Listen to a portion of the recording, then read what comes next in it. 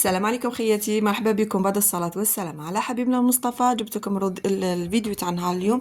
كيفاه تحافظي على الفرماج تاعك ما يتعفنلكش وما يطلقلكش الماء بطريقه بزاف سهله. انا عوام نستعمل فيها، معناتها والو كونك هانيه بلي ما يتعفن ما يطلق الماء، خاطرش في رمضان كامل نستعملوا كميات كبار من الفرماج. شوفي خياتي، من بعد ما تحلي العلبه تاعك تاع الفرماج دائما تحكمي مغرفه تاع حطب تكون ناشفه 100%. ما تستعمليش حاجه تاع حديد ولا تاع اينوكس كانت ولا حاجه تكون فيها الماء ولا مشمخه، ناشفه 100%. وتنحي الكميه اللي كي محتاجها ديريها في بول وتبلعي الفرماج تاعك، معناتها ماشي يظل يدخلي في هذيك المغرفه هكا.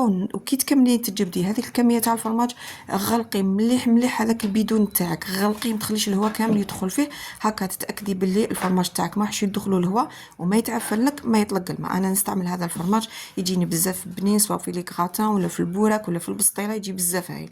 ونروحوا للفرماج الابيض خواتاتي بنفس الطريقه. نجيب انا برك العلبه تاع بلاستيك اللي توالم الفرماج تاعي لا ديمونسيون تاعها، معناتها لا كان فرماجك تشي صغير اشري علبه صغيره قدها، ولا كان قد تاعي ولا متوسطه اشري العلبه اللي توالم الفرماج اللي تشريه.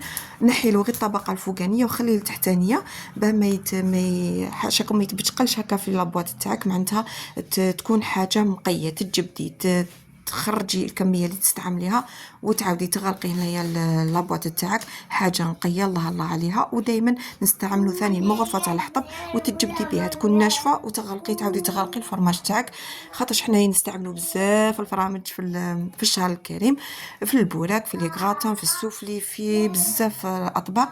المهم خياتي، هذا هو الفيديو، هذه النصيحه تاع نهار اليوم، ونتمنى لكم الشهر مبارك ان شاء الله وصحه فطوركم.